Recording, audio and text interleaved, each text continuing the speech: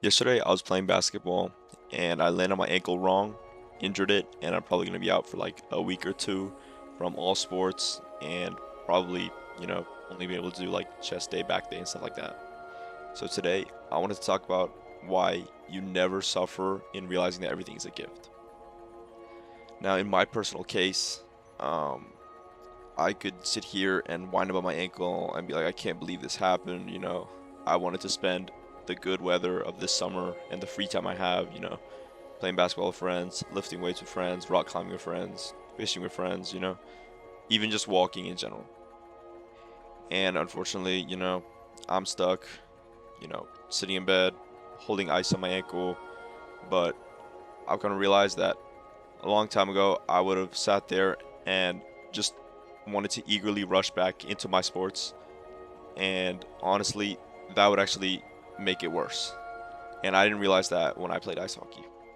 I tried to rush, recovering from my shoulder injury because I really wanted to play. At the end of my senior year, I remember playing through like wrist sprains, elbow problems, ankle problems, you name it. And when these setbacks happened, I was like, I need to get back on track as fast as possible. So as soon as I can walk, I'm playing. That's what's happening. And I would keep questioning why these things kept happening to me and why I couldn't just, do what I enjoyed, play ice hockey. And now that I've actually been injured enough times and even had concussions at points, I've realized that when these things happen to you, it's not for no reason, right? It's not just to punish you or to, I don't know, make you miss out on your senior night or your senior playoffs, something like that. But I realized that now that I've, pursued a large faith in God, I started to see that oftentimes you can get absorbed by external things and you may be getting drawn further and further apart from God. And so God will take those things away from you in order to bring you closer to Him and to further search for your purpose. Now, for my specific case with my ankle, if you know me and hang out with me on the regular this summer, you know I get off the clock at 5 o'clock, head straight to rock climbing gym. I'll climb for like an hour. Gets like 6:30. I'll lift until 7:30. Go home. It's about like 7:45. I'll eat until 8:30 and then get right to the basketball court. Stay there until like 10 or 11. So I'm active as soon as I get off the clock. And once I get back home, I'm out. I'm straight to sleep. Just recycle the next day, And I love it. It is so much fun. But I think I've had a little bit too much fun with it. And I haven't really invested in other aspects, right? I've been posting less on here. My sleep is not as great. Not really hanging out with family as much as I should be, probably. And not really investing time in other things I enjoy, such as like chess, fishing. I like thrifting sometimes and just like hiking. There's a lot of little niche things that are not the same cycle of things I keep doing over and over again that I do enjoy. And I feel like I haven't really been diversifying my experiences that much. And so this ankle sprain, I could be pissed at myself for, it happening, and I could sit there and be like, I just need to recover, recover, recover, and as soon as I can walk, I'm gonna get back out there. But now I look at it as, okay, you know what? This is what God has done. It was in His will. He never gives me something that I can't handle, and He'll always give me something to lead me closer to Him. Right? So now that my ankle's hurt, I can say, okay, you know what? This is probably a great time to dial back a bit, focus on my YouTube channel, focus on my family, and maybe focus on reading more of the Bible, focus on journaling more, just investing in so many other things, right? And so when things like this happen, when you have a setback, maybe injury, heartbreak, loss of family member or something, you can be pissed about it and you can let it consume you, or you can say, okay, you know what? There's a chance for me to step back and reevaluate what I need to be doing, right?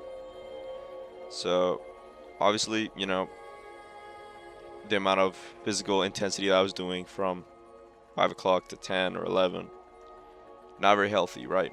And I think I really should have adjusted and kind of had more of a moderation in my physical activity and, working on spiritual stuff, emotional stuff, mental stuff, academic stuff, stuff like that, right? I barely eat with my family at this point. By the time I get back from the the gym, it's about, you know, 7:45, 8, and my family's already had their food. And so oftentimes I realize that that's a key part of my life and I'm missing out on it to go to the gym. And so then by the time I get to basketball, I'm super tired and I'm not playing to the best of my ability. And so I think if I moderate this out a little bit better, I can really round myself out a bit more and not just go all in on my job and, sports.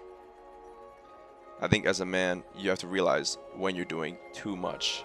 Uh, not exactly greed, but too much self-absorption, right? I'm doing all these things because they're fun. I love getting paychecks, love rock climbing, you know, love getting stronger, love playing basketball, and obviously these are great things for you. But I'm kind of obsessed with the routine that I've made, and I'm not really opening my mind to changing what I want to do, right? And so in your lives, you may be, really into your schoolwork or your internship, your job even, you know, you might be really absorbed with the gym, certain books, certain video game and stuff. I don't know, but I'm starting to realize that oftentimes you may lose things that you really care about and you may really want to bring that back, but what you're not seeing is that trying to bring that back is actually doing God a disservice, if you will, because God removed these things from you for a reason. And when He does these things, you have to look at it as, okay, God, I know you're not trying to hurt me, so what are you trying to show me here, right? So, for example, if you're super attached to your partner and they leave you, right? Instead of being like, I can't believe you left me, like, and begging them to come back, instead, you can say, okay, you know what, God, you separated this person from me because what?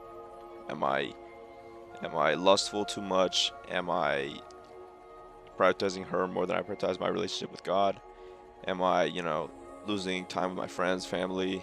Are there other Once you realize that everything that happens to you is actually a gift and it either brings you up or brings you down to redirect you in a different path and teaches you to be a stronger man or stronger woman and wiser.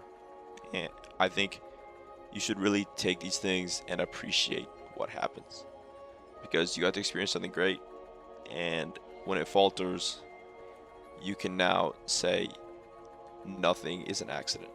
And these things happen because I'm meant to be pulled closer to my real purpose, right? I loved ice hockey. I loved ice hockey. After my second concussion, I realized, there's some external force. Now, this is before I was religious, but there was some external force pulling me away from ice hockey. And even when I was playing in a non-hitting league, I was still getting concussions. So I was like, there has to be something else out there that I'm being pulled closer to.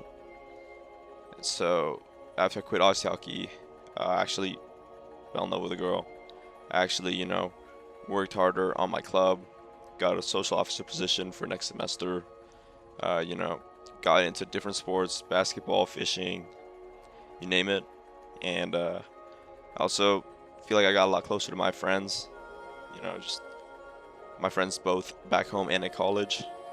And I think overall it was the right decision to put the skates down and quit ice hockey because I now see what I'm doing today. And I realized that ice hockey was not supposed to be in my path. forever. And I needed to make a decision to prioritize my health more after my second concussion. So I picked up sports where I would be less prone to injury. And in doing that, I felt blessed because I'd been shown that I need to prioritize, you know, not getting CTE and prioritize my brain over, the skill that I had playing the game. Uh, I hope this helps you guys. It's a very, very, very specific video. I just want to talk about what happened to my ankle and just my past in general. I hope you guys have like similar experiences that you can kind of see as blessings instead of be resentful about them. And aside from that, I hope you guys enjoyed this one. I love the support I've been getting recently, and hope to talk to you guys hopefully this weekend.